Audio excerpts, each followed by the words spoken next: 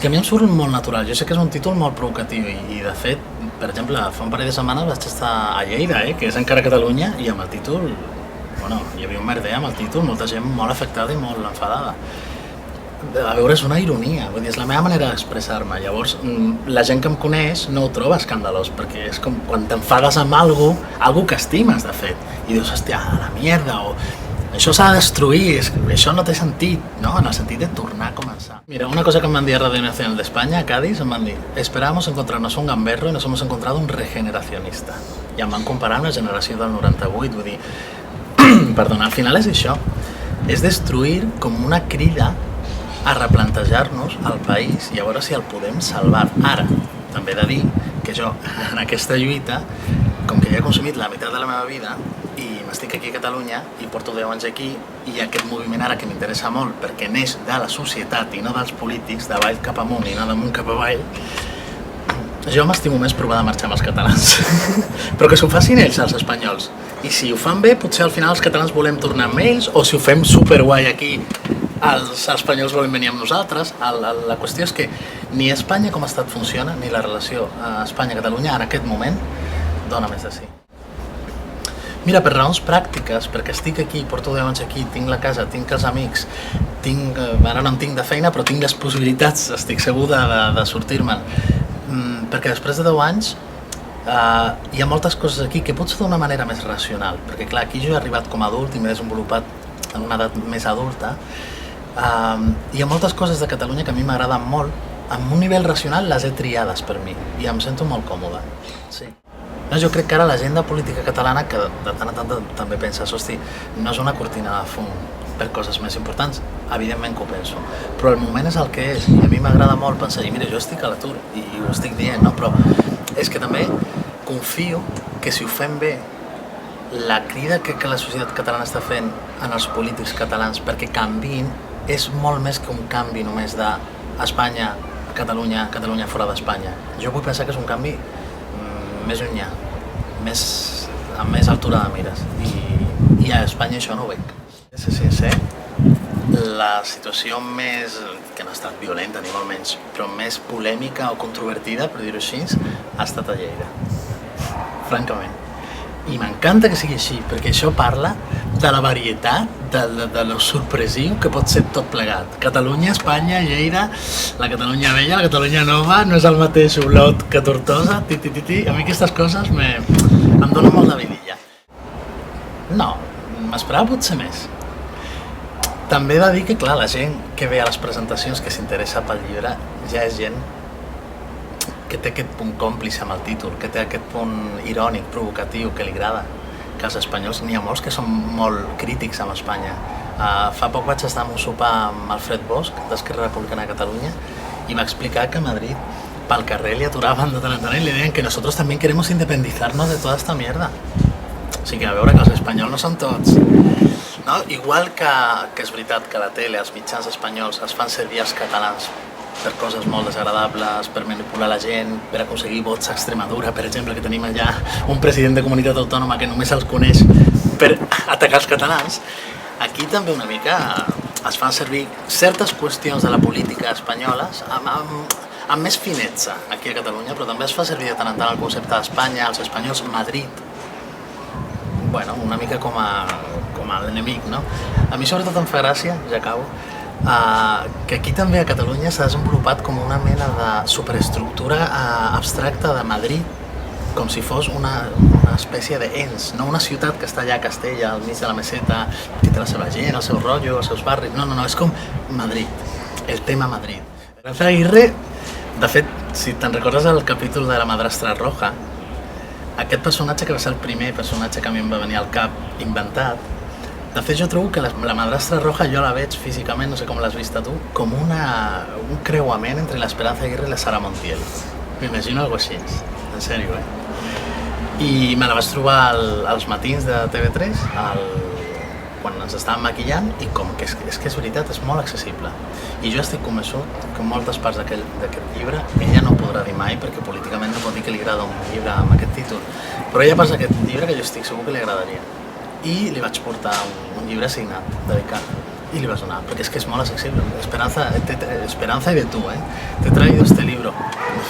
Destruir España, pero ¿cómo escribes esto? El va obrir y has estudiado en Cádiz, en Madrid, y eres de Cádiz. I jo li vaig dir, Espanya m'ha traído hasta aquí. I després ella va voler seure a la taula de debat. Tu imagina't, era la meva primera vegada a la tele, estava super nerviós. I em posen l'Esperanza Aguirre al davant, que em pregunta com has escrit un llibre així.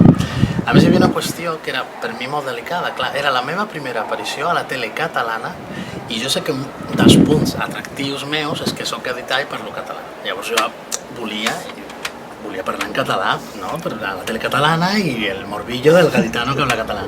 Clar, però tenia l'Esperanza Aguirre al davant.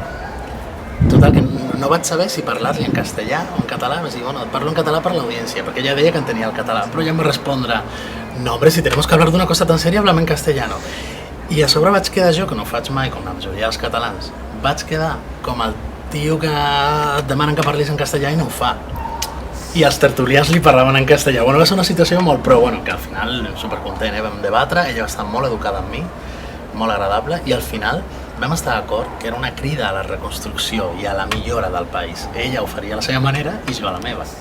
Català a Madrid perquè passava pel davant del Cercle Català de Madrid, que està a la plaça d'Espanya, irònicament, i és molt barat, el català està subvencionat. Llavors era un curs de 9 mesos, 3 hores a la setmana per 11.000 peles de llavors.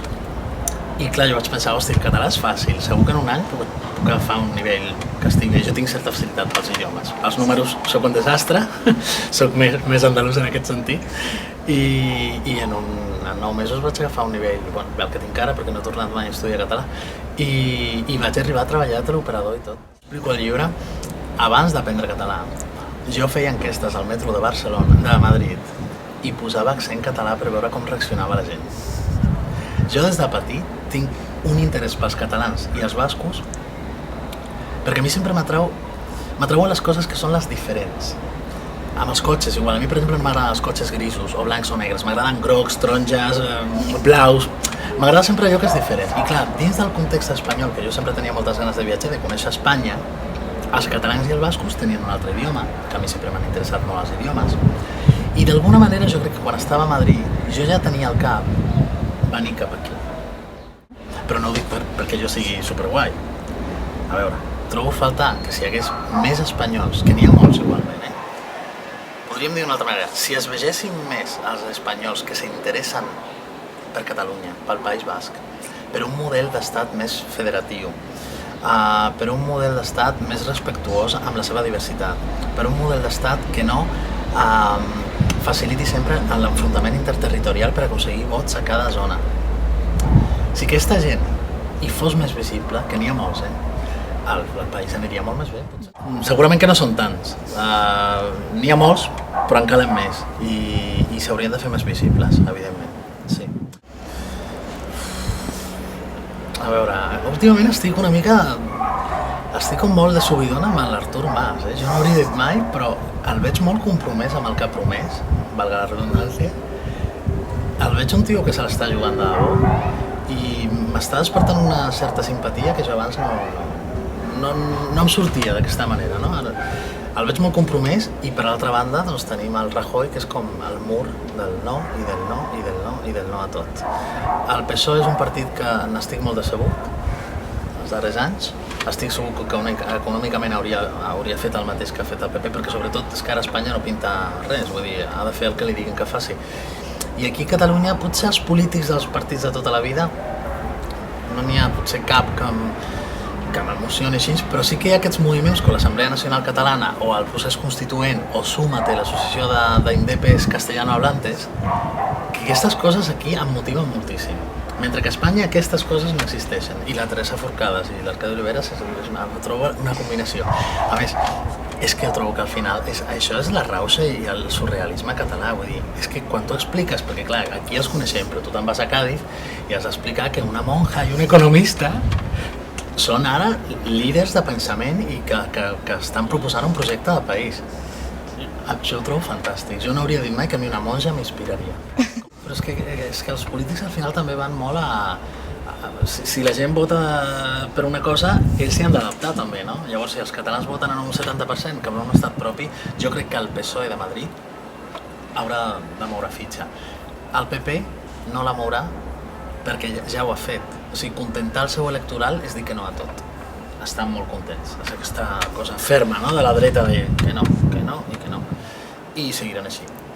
També veure el paper qui juga a la comunitat internacional. Clar, ara a mi m'encanten aquestes comparacions de Catalunya amb Crimea, que bueno, ens estem comparant Catalunya amb Crimea cada dia.